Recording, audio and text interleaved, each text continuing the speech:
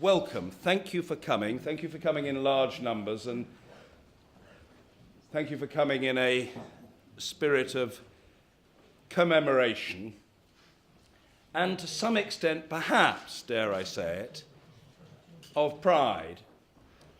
Pride in some of the people who are here tonight. Secretary of State for Housing, Communities and Local Government, James Brokenshire, a warm welcome to you. And pride, perhaps, in our Parliament, which, consistent with the principle to err is human, frequently has erred over the centuries, over the decades, over the generations, but which also, I hope you will readily acknowledge, has from time to time got it right, stumbled on the truth, opted not just for the convenient course, but for the humane and principled course, as Parliament did in 1938. And we meet to mark the 80th anniversary of the inception of the Kindertransport.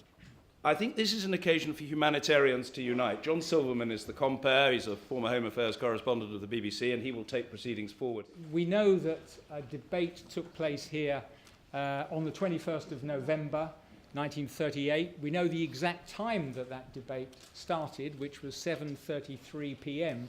So just to explain very briefly what we're going to do, thanks to Hansard, we have the transcript of that debate in the House. And to give a real flavour of those proceedings in the chamber, obviously it went on for several hours. We're not going to keep you standing here for several hours.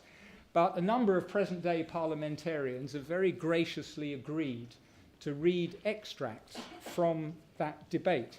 And those extracts were chosen by our historian, Dr. Tony Grenville, who's standing here, and to set the scene, as it were, to provide the context to which those MPs were reacting in that debate. I'll call on Tony now just to read an extract from testimony about Kristallnacht, which comes from the AJR's collection of Refugee Voices. So, Tony. My mother, in the morning, it was the 10th of November, said to me, "Otto, I want you to walk away as fast as possible." It was cold. I put my heavy coat on. She sewed the 10-shilling note, shilling was our currency, for an emergency, and she said, "Go as far away as you can, and then come back when it's dark." Now, I thought this was rather strange, because my mother had always told me not to go far away, but as I said earlier, I knew Vienna very well. I knew my way to the centre, and what I saw then, well, that was something which nobody, especially a child, should witness. I walked to the geographical centre of Vienna, which is St. Stephen's Cathedral, the Stephansdom, and I saw elderly men and women, obviously Jewish men and women, men with their beards, scrubbing the streets. You know, we have in Vienna, still to this very day, and we certainly had then, horse-drawn taxis. We call them fiacre, you know, the French fiacre. And of course, the horses made a mess. And it was this mess that these people had to clean up. And there was police there. But the police were not there to prevent this going on. The police were there to keep order, because you were perfectly entitled to kick these people into the mess. But you had to take your turn. Now, you've had your bit of fun, you step back. I think I grew up that day because I didn't expect grown-ups to act like this, or policemen whom we looked up to. And when I got home, my mother and my sister Adele were in tears. They've taken father. I was never ever to see him again. I beg to move that this House notes with profound concern the deplorable treatment suffered by certain racial, religious, and political minorities in Europe, and in view of the growing gravity of the refugee problem, would welcome an immediate concerted effort amongst the nations, including the United States of America, to secure a common policy. I hope that this is a motion with which the House will agree. I shall try to support it in no party spirit, and I hope I shall say nothing that will add, or will be said to add, to the difficulties with which the government are today confronted. But I know the House will recognise that this debate can serve no useful purpose unless we speak the truth, unless we face the facts and review the situation as it really is. What are the facts? On the 7th November, a Polish Jew, Greenspan, a boy 17 years of age, entered the German embassy in Paris and attacked a member of the staff, Herr von Rath. 2 days later, Herr von Rath succumbed to the wounds he had received. What followed Greenspan's act in Germany? Every honourable member knows the main outline of the facts. Let me give the House some details, which I can guarantee as facts. As part of the general destruction of Jewish institutions, a boarding school at Kaputh, near Potsdam, was invaded and utterly demolished at 2 a.m. The young children were driven, without adult guidance or protection, into the night. At Bad Soden, the only Jewish home for consumptives in Germany, was destroyed and sacked. The patients were driven away, wearing nothing but the shirts in which they slept. At Nuremberg, the inmates of the Jewish hospital were forced to line up on parade. Some had just had serious operations, and one of them, my informant says, dropped down dead. At Ems, an asylum for Jews was raided, and the old people were driven out. A paralysed old man was driven from his bed, and his wife refused to leave his side. She was assaulted with an axe, and her crippled husband was dragged away. Dr. Goebbels tells us that these acts were the spontaneous outbursts of national anger. In our view, there would be no justification if that were true, but there is too much evidence not to think that the attacks were organised and that they were organised in advance. On the 3rd of November, several days before the attack on von Rath, an article appeared in the Schwarzer Korps, the official organ of the SS. In that article, the editor said, "Out of the hoarded wealth of the Jews, we must compensate ourselves for the economic damage done to us by world Jewry." I stress that quotation because I believe it gives the clue to the real character of events in Germany in the last few weeks, which were not the spontaneous vengeance of the people for a Jewish crime, but the consummation, or more correctly, the penultimate stage of a long-term plan, the spirit and purpose of which are all too plain. I think it is now quite plain what Dr. Goebbels means to do. He is not condemning the Jews to death, he is making it impossible for them to live. He means to rob them of all their worldly possessions. For years, he has been stirring up anti-Semitism in other countries in order to increase the forces of disorder in the world. And now he is planning to drive out the Jews, in his own picturesque phrase, with one suit and a handbag, and leave them on the charity of the democratic world. If Dr. Goebbels completes his programme, what are we going to do? The outside world must have a programme also, and it must have it now. I venture to suggest that that programme must comprise two parts. In the first place, it must comprise action of some kind designed to check the persecution and the expulsion of penniless new hordes of refugees. But whether we succeed or fail in that, it is urgently necessary that we should have a positive plan to settle the hundreds of thousands of people with whom we know we have to deal. That plan is needed now. I think that our government, in common of course with other governments, might in some measure stay the tyrant's hand in Germany by the means I have suggested.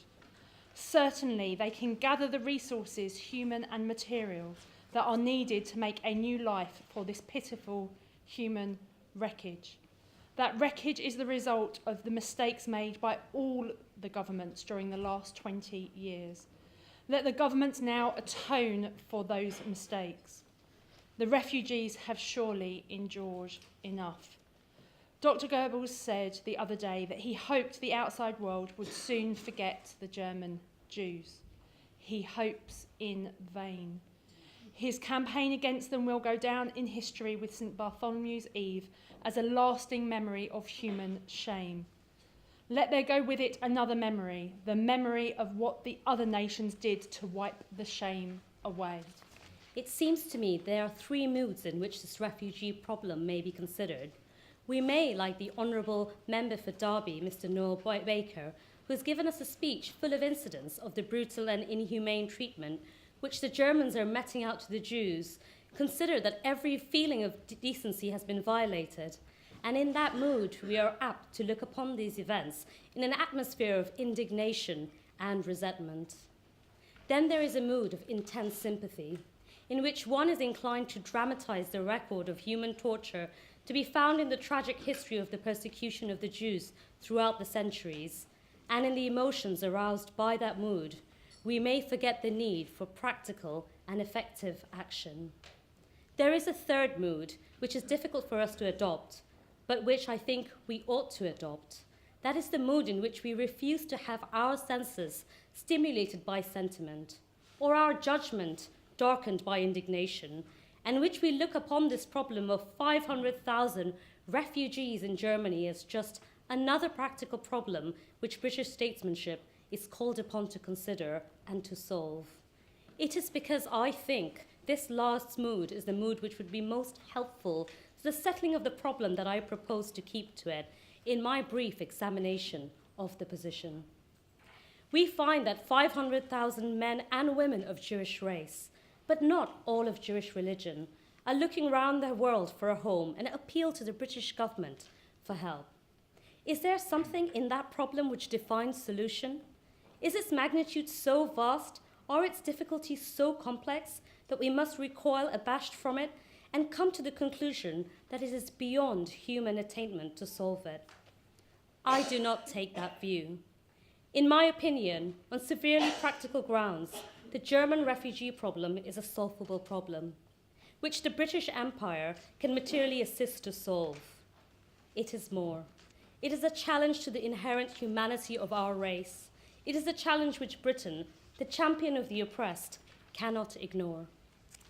Those of us who listened to the account of the appalling happenings in Germany recently, which was given by the Honourable Member for Derby, Mr. Noel Baker, must have felt that behind the happenings themselves was a principle even still more sinister, and that is the deliberate prosecution of a set policy of intolerance. Civilization as a whole must oppose against this spirit of intolerance some nobler and higher principle. It must recognize the inherent worth of ordinary men and women and recognize that in God's world there is a place for each and every one of us. We welcome the pronouncement that the government are willing to assist, and I'm sure that such an announcement will give much encouragement to those who are now enduring suffering, tribulation, and persecution.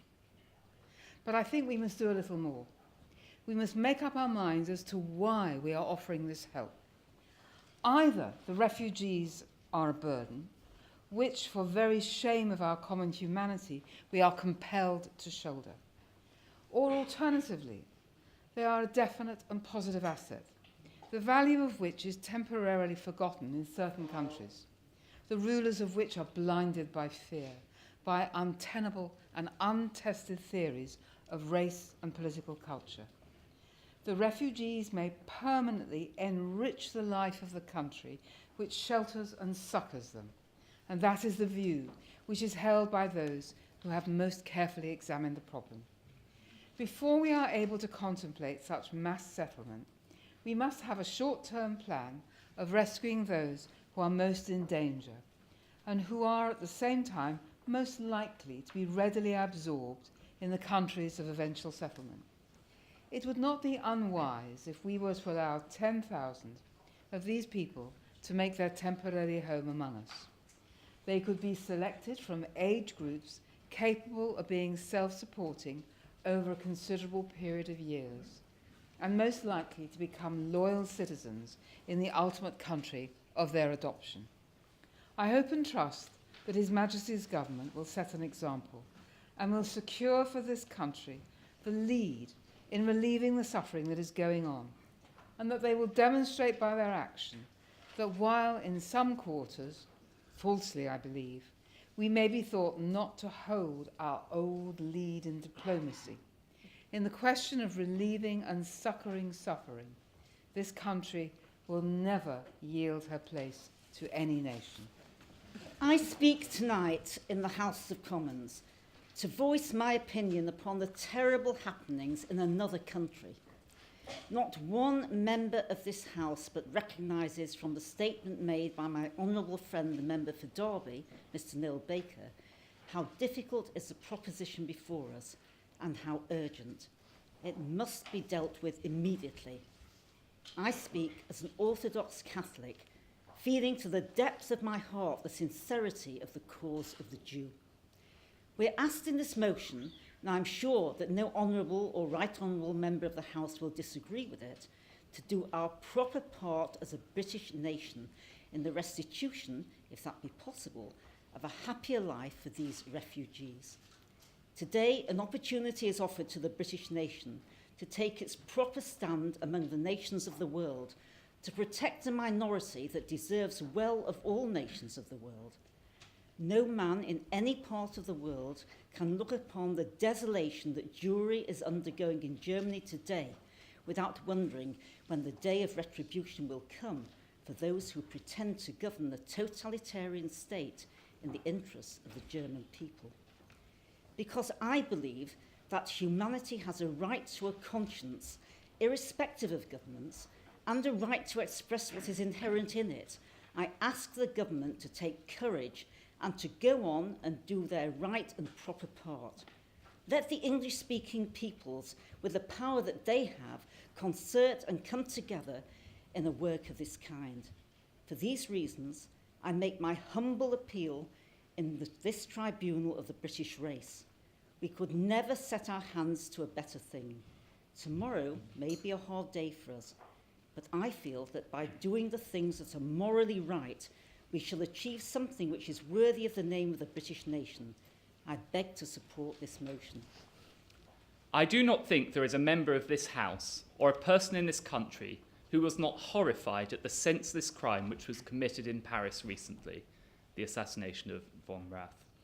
Equally, there is no member of this House or person in this nation that is not filled with shocked horror at the treatment of the Jews in Germany. This country and this House, irrespective of faith or party, have always been sympathetic to the sufferings of persecuted people, whatever their race or faith may be. But in our desire to help this stream of refugees, we must not lose sight of the fact that there exists in the minds of many of our own people a very real fear lest there should be a tremendous influx into this country of refugees who are unable to maintain themselves and who would have to compete with our own citizens for a livelihood. After all, many of our own people are hard put to find work and a means of livelihood, and our primary duty in this House of Commons is to those we represent. Our first duty is to our own people. We cannot shoulder entirely by ourselves the financial burden of looking after the refugees. We have to be fair to our own people, we must safeguard the occupations of our own folk. It is in parts of the world where there exists ample space and opportunity that the future of these people and the future of other refugees can be best secured. I would suggest that not only the government, but this House also should bear in mind that it is outside this country, in parts of the world where there is space and where these people can find a means of livelihood, that a solution will be found which is not only something of which we can be proud, but which will be of lasting benefit to the world itself. I rise in this stage of the debate to explain the policy of the British government upon this last phase of this tragic problem. Before dealing with the details that have been raised in the cause of the debate, I wish to make it clear to the whole House that this government accepts this motion. I think it would be useful at this stage if honourable members on all sides of the House were given further information about the problem in the United Kingdom and about the way in which the Home Office is attempting to deal with it. Let me begin by reminding the House of some of the difficulties. It is quite obvious that there is an underlying current of suspicion and anxiety, rightly or wrongly, about alien immigration on any big scale. Faced with a fact of that kind, while I think very few honourable members look upon this problem with greater sympathy than I do, I had to be careful to avoid anything in the nature of mass immigration, which, in my view, would inevitably lead to the growth of a movement which we'd all wish to see suppressed. I come to the next very important question of the non-Aryan Jewish children. I think here again, we can deal with a problem of that kind very differently from the way in which we have to check in detail the individual positions of the older refugees. I think there will be children with whom we could deal in large numbers, provided that they were sponsored by responsible bodies and indeed responsible individuals. I had only this morning a very valuable discussion with Lord Samuel and a number of other Jewish and other religious workers who are cooperating together in attempting to mitigate the sufferings of their co-religionists. They came to me with a very interesting proposal about the non-Aryan children, and they pointed back to the experience during the war, in which we gave homes here to many thousands of Belgian children, in which they were educated, and in which we played an invaluable part in maintaining the life of the Belgian nation. So also with these Jewish and non-Aryan children, I believe that we could find homes in this country for a very large number without any harm to our own population.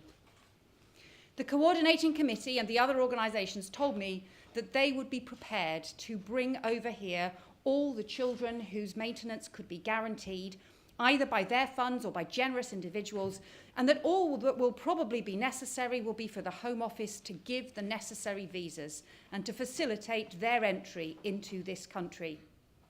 I told Lord Samuel, without a moment's hesitation, that the Home Office would certainly be prepared to provide facilities of that kind, and I venture tonight to take the opportunity of commending this effort to my fellow countrymen in general. Here is a chance of taking the young generation of a great people. Here is a chance of mitigating, to some extent, the terrible sufferings of their parents and their friends. I could not help thinking what a terrible dilemma it was to the Jewish parents in Germany to have to choose between sending their children to a foreign country, into the unknown, and continuing to live in the terrible conditions to which they are now reduced in Germany. I saw this morning one of the representatives of the Quaker organisations who told me he had only arrived in England this morning from a visit to Germany and a visit to Holland. He inquired of the Jewish organisations in Germany, what would the attitude of Jewish parents to a proposal of this kind? And he told me that Jewish parents were almost unanimously in favour of facing this parting with their children and taking the risks of their children going to a foreign country, rather than keeping them with them to face the unknown dangers from which they are faced in Germany. He went on to Holland and found that Dr. Collin, the Prime Minister of Holland, was prepared to give a temporary refuge to children of this kind, provided there was a hope of our receiving them into this country. I can give Dr. Colling the assurance tonight that we shall put no obstacle in the way of children coming here and living in the conditions that were described to me by Lord Samuel and his colleagues on the coordinating committee this morning. I hope that the House will see, from the attitude I've adopted towards the future, that there will be no government more sympathetic than the government of the United Kingdom. No government more anxious to solve this problem if it can be solved. And if it proves to be insoluble in its entirety, at any rate, to mitigate to the utmost the suffering that's now inflicted on hundreds of thousands of unfortunate people. Let my last word be a tribute to the representatives of the Jewish community in this country and of other religious bodies which have cooperated with them. Already, they have done an immense amount of valuable work in helping their co-religionists. They've provided large sums of money, sums running into many thousands of pounds. Let us wish them every success in their mission of mercy. Let me assure them, as Home Secretary, that I will do my utmost to facilitate their work, to extend its scope, and to show that we will be in the forefront amongst the nations of the world in giving relief to these suffering people. The House this evening has shown a wonderful unanimity of sentiment and feeling which must gladden the hearts of members in all parts of the House.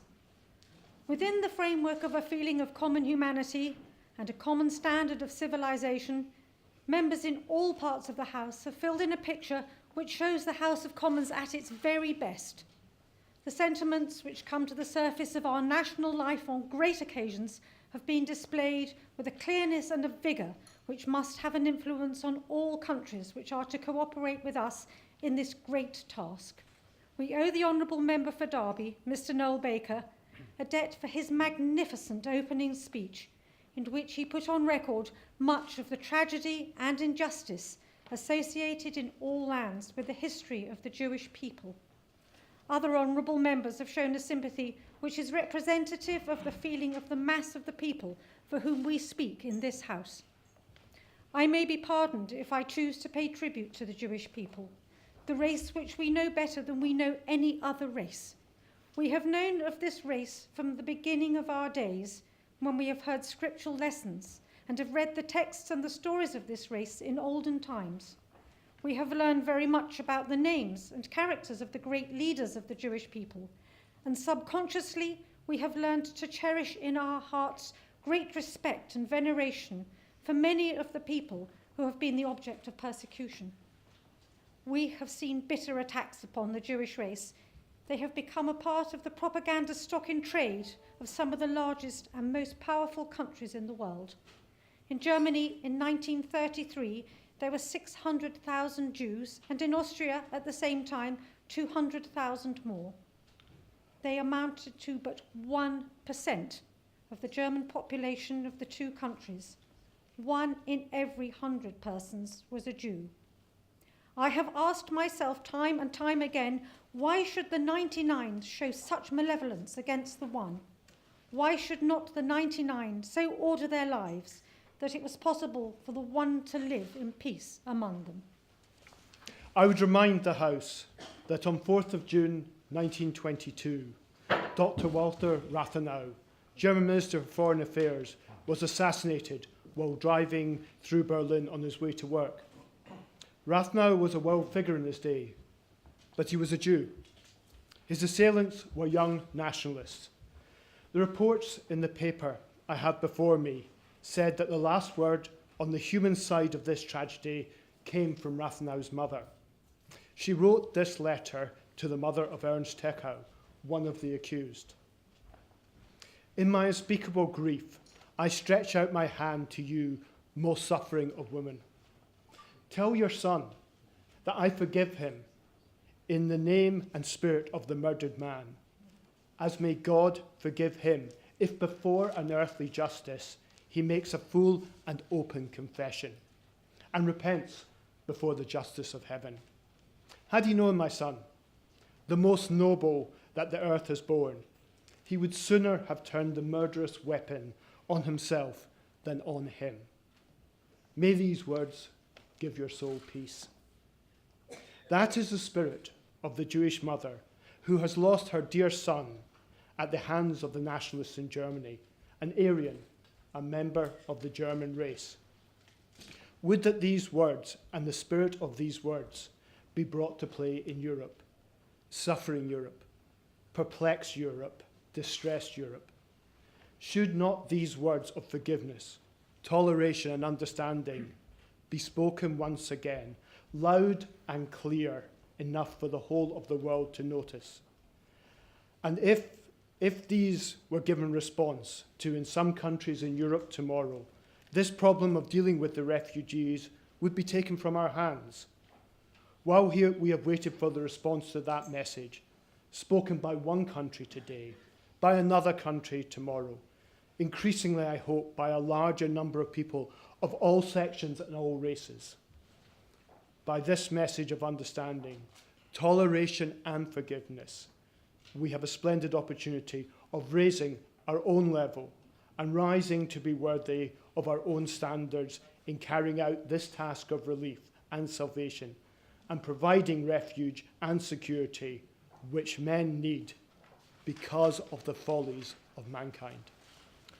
This is a resolution that this House notes with profound concern the deplorable treatment suffered by certain racial, religious and political minorities in Europe, and, in view of the growing gravity of the refugee problem, would welcome an immediate concerted effort amongst the nations, including the United States of America, to secure a common policy.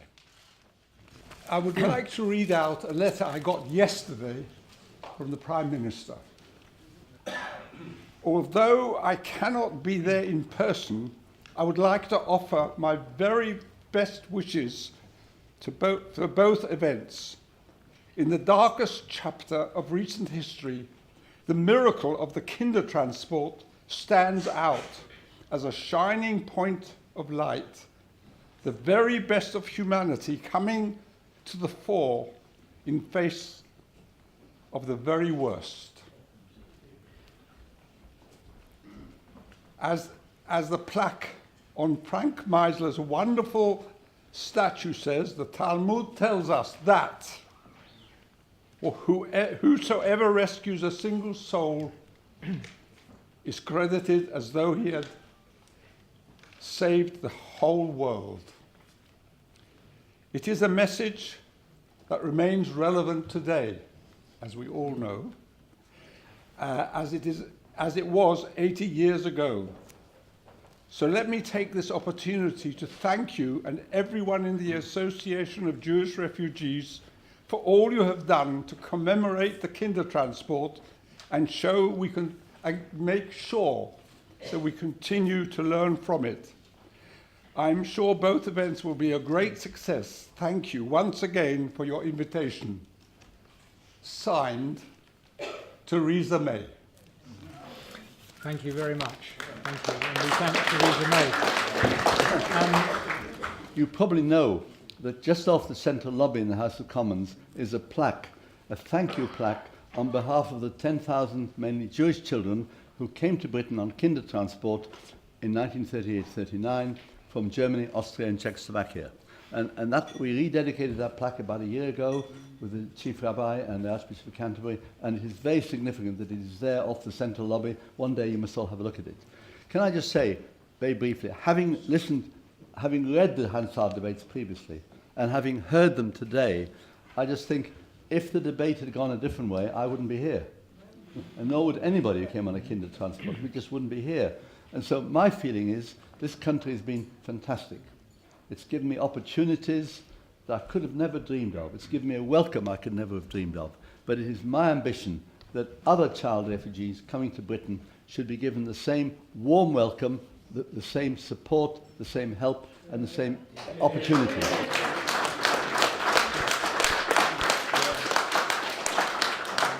And if that happens, we shall have had some success. So thank you again for having me here. Good luck and keep lobbying. Thank you.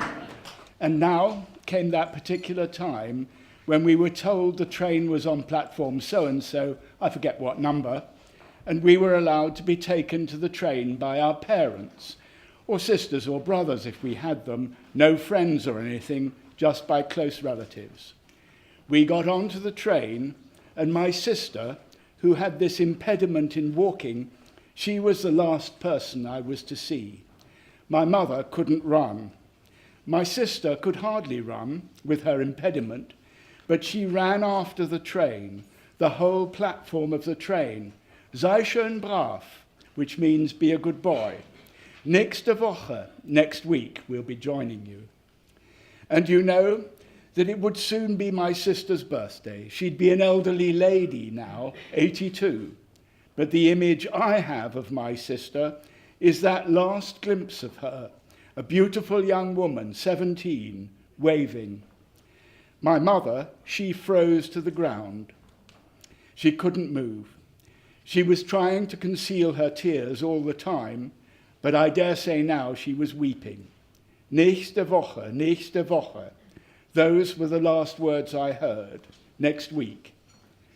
And soon the train was out of the station, and the journey, the long journey to England began. I remember that too. Well, I think it's been very moving.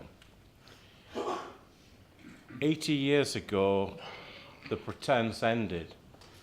There were those who thought that Hitler could be dealt with, that the Nazi Party could be dealt with, that once they were in office and faced with the realities of power, that they would become reasonable. 80 years ago, that illusion was shattered forever. And over the next 7 years, European civilization will be scarred, and the century will be framed by the Holocaust. Right through the whole period, whether it was chasing poor children across Europe, whether it was even at the very end trying to eradicate the last Jew. This great hatred was there. A couple of weeks ago, I went to Minsk in Belarus, and it was there that quite a substantial number of the parents that waved farewell to the children in Germany, in Czechoslovakia, and in Austria were murdered, and I laid a wreath in their memory. The debate that we had, the debate that we celebrate, that we remember, you heard all the good bits. There were less than good bits. There were the banal, there was the stupid, and there were those who couldn't face up to what was really happening. And that's the nature of politics. That's the nature. Sometimes the people we send here just don't understand. But there has been a force in the land for nearly 80 years, and that's been the Association of Jewish Refugees. And that has been a terrific force for good, a terrific force for making government face up to the realities of refugees. It's been at the forefront of dealing with the needs of refugees who have been here a long time, about pensions and social work and care. And Michael and his team have threaded together that sense of community and love. And this place is a lot better off for the Association of Jewish Refugees. Sometimes they make life a little uncomfortable. Well, the answer to that is good. My dear friends, thank you for coming. I think it's been a wonderfully moving evening. Thank you to all those who organised it. Thank you for all the speakers. And I suppose above all, thank you for Mr. Speaker for, it's not a bad gaff, is it? I kind of hope he doesn't exercise his right to buy as his time. So thank you very much. And I look forward to seeing you all again at the best time of the year, Hanukkah.